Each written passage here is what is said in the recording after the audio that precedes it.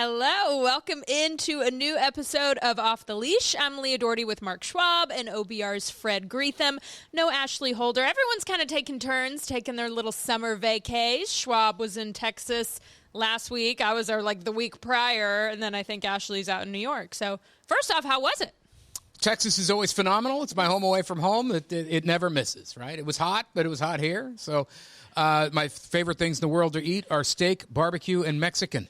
Texas does all three very well. It's just the best, right? It is the best. And yeah, this is the time of year that if you are in any way associated with the NFL, playing it, coaching it, covering it, you are getting all of your stuff done now because in about 2-3 weeks, you're done. It's true. This is like our small window of time. I always tell people, like, this is the only time we really can take vacation because in between NFL, NBA, baseball, whatever, like this is the small window of kind of a dead time, which I don't even want to, like, I feel like I need to knock on wood. I don't even want to say dead time. As we wait for LeBron James to make an announcement. Because we're all waiting on that, right?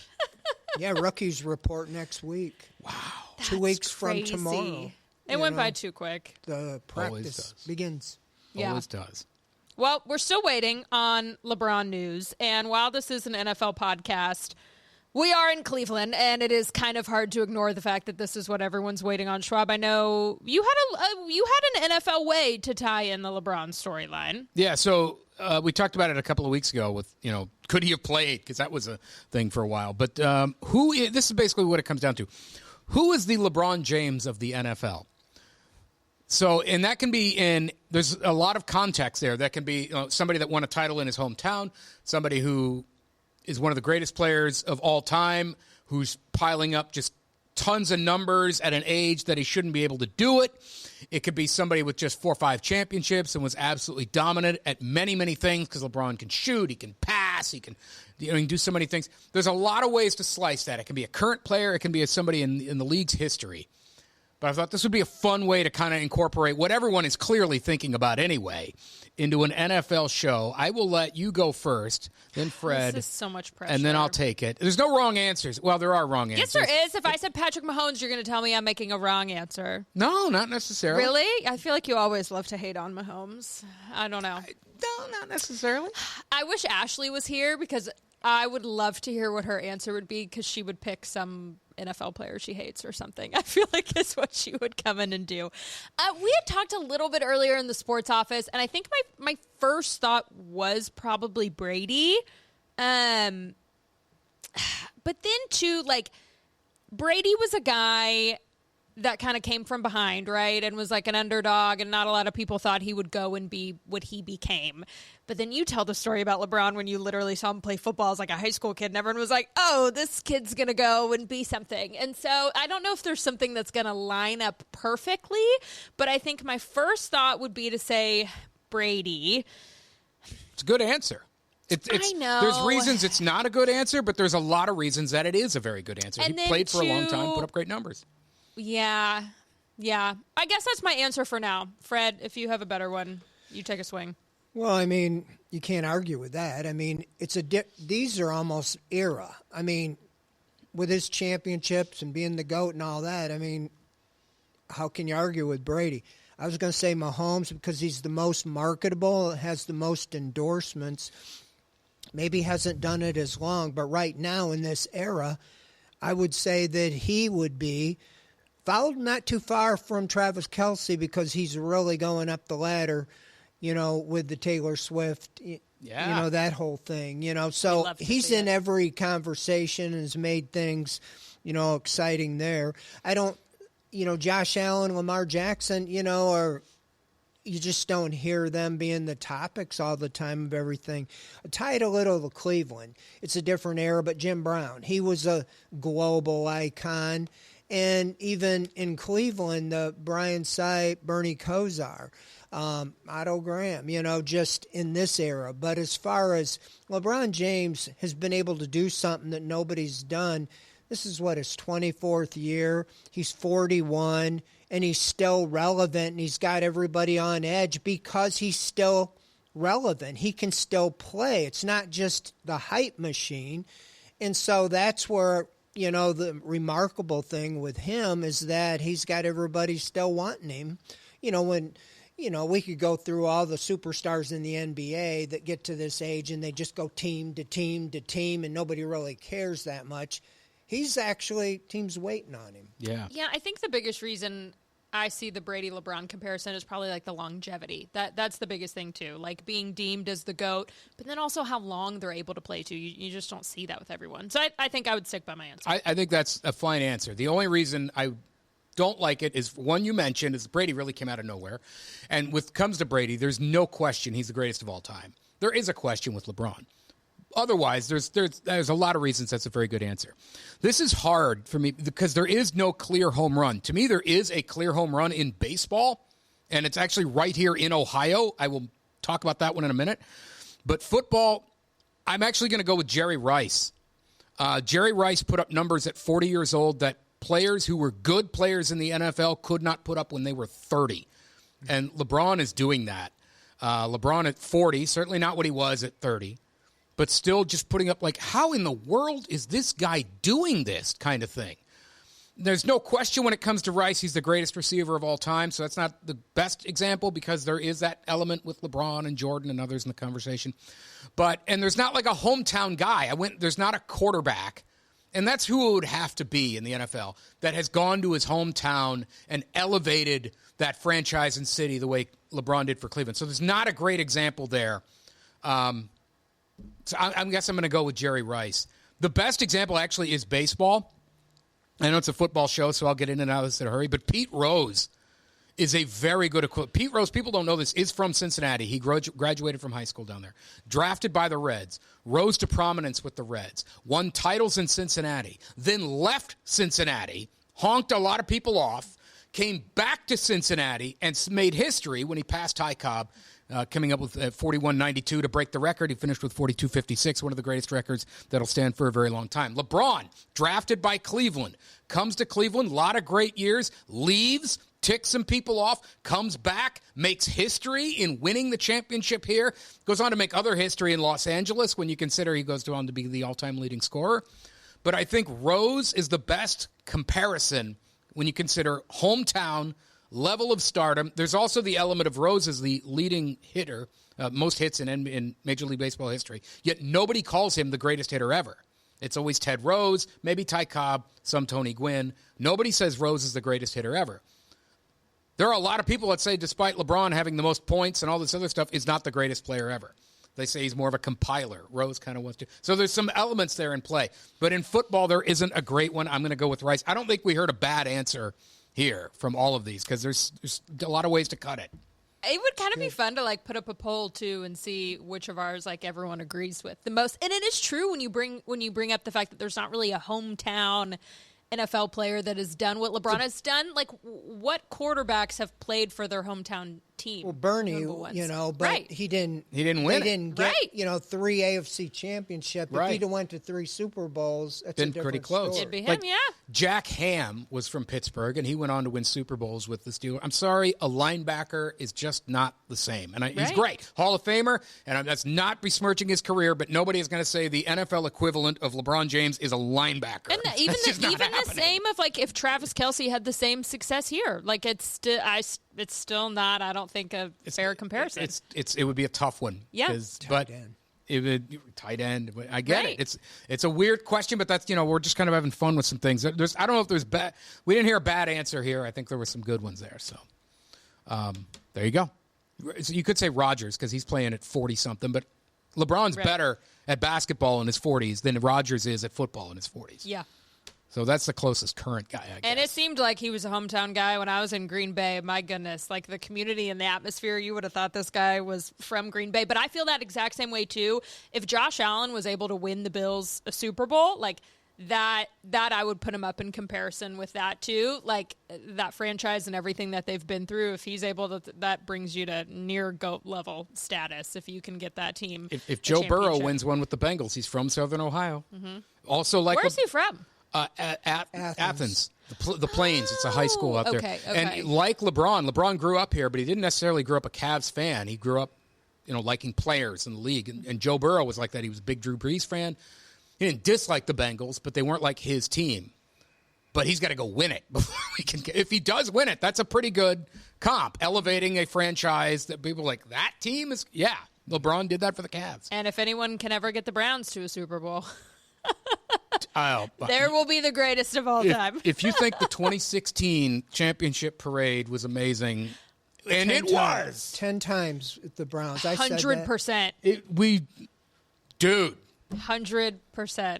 I completely agree. I love how much Cleveland loves the Browns.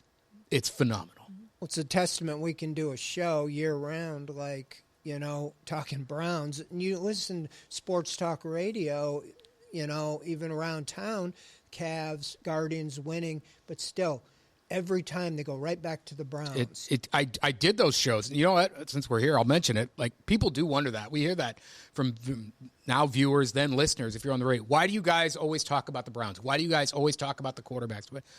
You can lay out the most outstanding argument where there's fulcrum and analysis, and you try to get somebody on the phone to have an actual conversation about Guardians or Indians in the years past and Cavs. The football team, bang. That's all people want to talk about. Whether it's now it's Shador and Deshaun, or in years past it was Couch Holcomb, or whatever the thing is. That's why there's so many sports talk radio shows always talking Browns.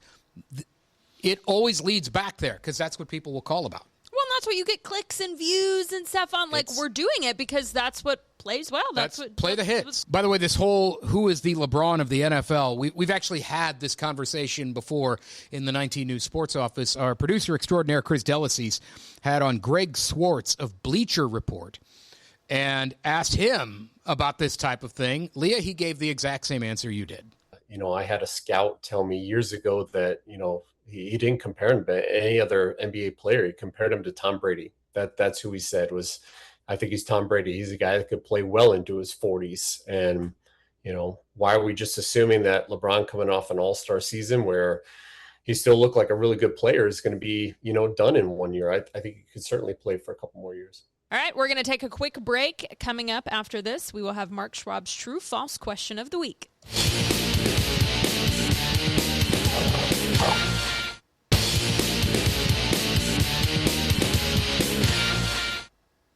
Off the Leash continues. One of the things that the NFL does to, I guess, spice up a little bit this time of the year, because there is nothing going on for them, is they release their top 100 players, and they usually do like 10 a week or something like that.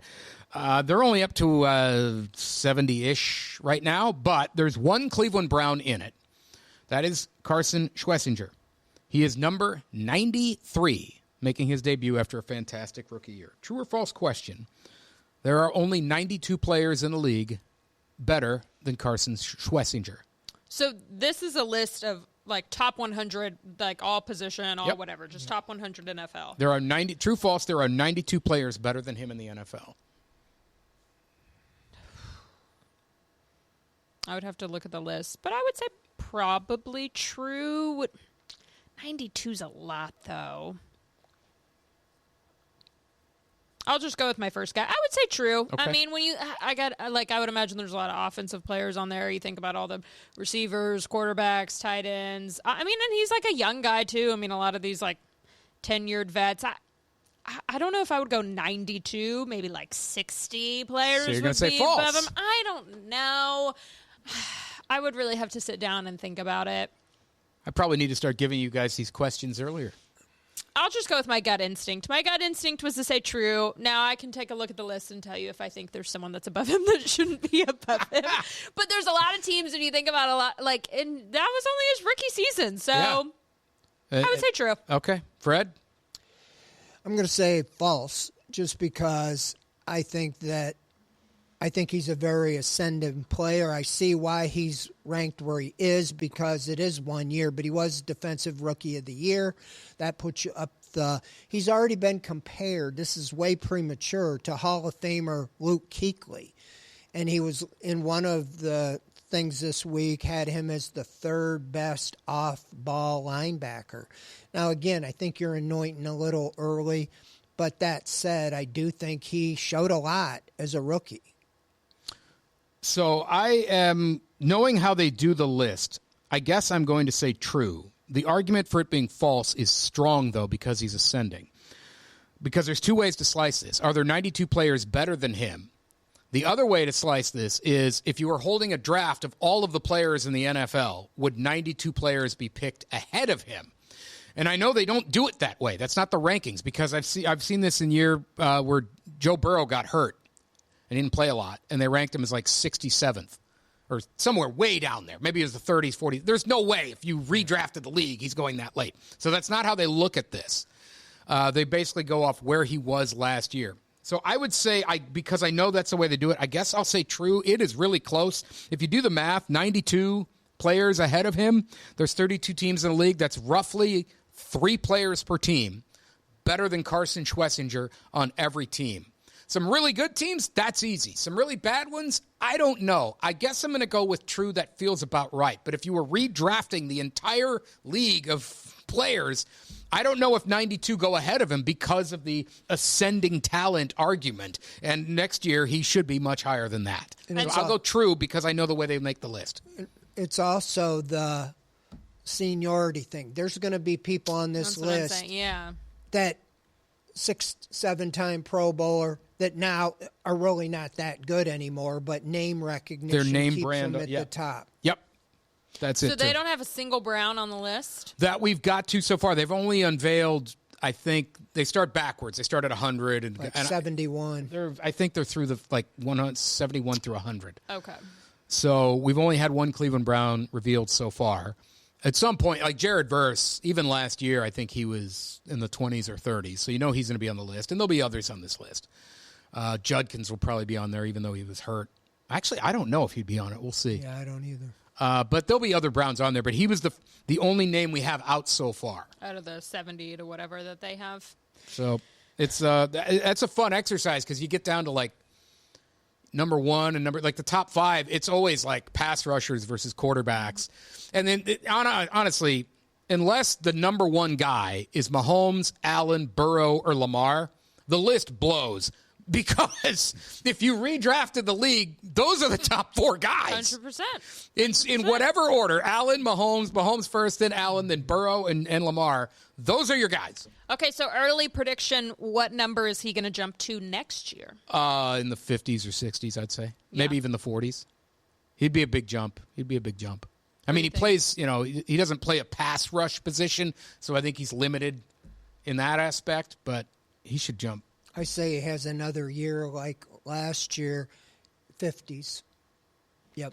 And that's what's going to be interesting, too, is if this rookie draft class is going to hit the same as – it's going to be really hard to top last year's. That's the thing. And, there's going to be – you can say there's pressure on these guys. I don't know if there's pressure on the guys, but I do think is Andrew Berry going to do it again with this? Oh, it's pressure. Yeah, It's not fair. You can't do that again. I mean, this dude was pulling star players out of the 3rd round when you talk about Fannin. And I haven't been the biggest Shador guy, but I can tell you a story where he turns into the franchise guy. And if he does, then oh, my word. We don't even talk about Mason Graham, by the way.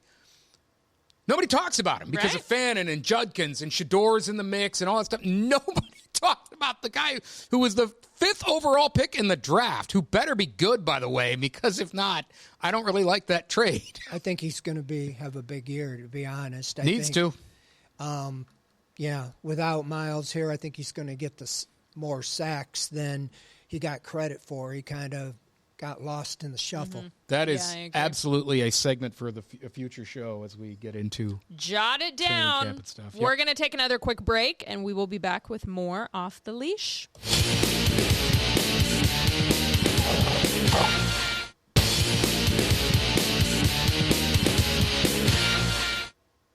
Off the Leash continues. Another action-packed off-season installment. And this is where you kind of get through some of this off-season stuff. And this is where you see, odds come out, right? Odds to make the playoffs. These always drive me nuts in baseball because I think the Guardians are always underrated. The Browns, I do believe, are underrated. I was considering this as a true-false question, but I think we all would have had the easy agreement of this is false. I can't believe they did. So this is Aaron Schatz of FTN Fantasy. We've had Aaron on some of our programs along the way as a football guy. I think he used to be with Football Outsiders or somebody like that, but now he's with FTN Fantasy. Fine. He has the Browns as the worst playoff odds in the NFL. Now that I could understand with that. I'm not going to say that's crazy. But when you compare it to the second worst, who is the New York Jets. And the Jets he's gotten twice as good of odds as the Browns. Now I have a problem. He gives the Browns a 6.4% chance of making the playoffs. Feels a little low to me, even though I don't particularly love some of the things they've done. The Jets at 13.1. I'm sorry. No, I was going to say, is this true false? If this is right, we all have said false. I got to believe. There is no way the Jets have 2+ times better chance of making the playoffs than the Cleveland Browns. Does he write like an explainer for why he made the choices he did? This is what I would like to know. He probably did. I didn't. Chris gave me this, Delacies. I didn't see the explainer. Frankly, I don't need an explainer. Right? There is not a good enough. You cannot explain that away. No. Even with them getting rid of Myles Garrett. Come on. And the Jets are led by Geno Smith. I saw him last year. The Browns had 9 sacks against him. But I can't.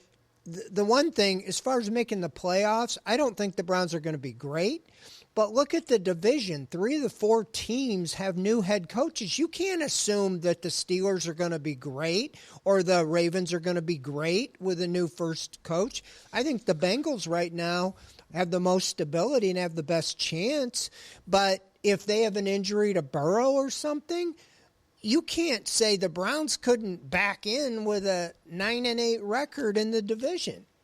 Yeah. That's my thing. It's like last season, the division was wide open for the taking, and so they at least have a shot. I don't think 6% feels a little small. No, that's not even to win the division. That's just to make the playoffs. I know, just to make the playoffs. But I'm saying, like, they at least have a shot to win their division. I feel like there's a better than 6% chance of them winning the division. Yes, exactly. So to only give 6% to even get into the playoffs feels crazy to me. I would give them higher than 6. I mean, I'm not going to say I'm going to pick them to win it, but if you're talking about 6%, and it it's a whole bunch of what ifs, and like it seems easy. It's easier said than done. But with what they were added at O-line and receivers, and if we can just have a competent quarterback, I don't care who it is, like.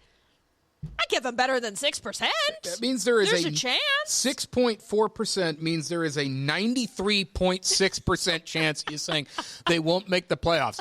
Like, they're not that bad. And I didn't even like their offseason a whole lot once they traded Miles. I like some of the other stuff. But 93.6, they don't make the playoffs. Just feels cruel. They I would have the understand. easiest schedule. I can understand a Browns fan saying that because we get it. This fan base is just a beaten people. But a neutral observer saying there's a 93.6% chance they don't make the playoffs. Come on. That's at least say 90. Give them 10%. And the fact that the Jets have double that, too, is like, I would like to know where this guy's from. It feels personal. Like it feels extra. There's no way the Jets are twice as competent. Right. In this department. Right. What percentage do y'all give the Browns to make the playoffs? This will be our last thing. I'm going to say 15%. I guess that feels right. I was going to say 10 to 15. Yeah. Go 15. I'll say Anything 15. can happen, with injuries and stuff like that and the schedule. We're far more optimistic than 6% over here. Take that, Aaron Schatz. We're giving 10 to 16, 15, whatever, all the things. All right, thanks for tuning in for another episode of Off the Leash. I'm Leah Doherty for Mark Schwab, Fred Greetham, Ashley Holder. We miss you. We will see you same time next week.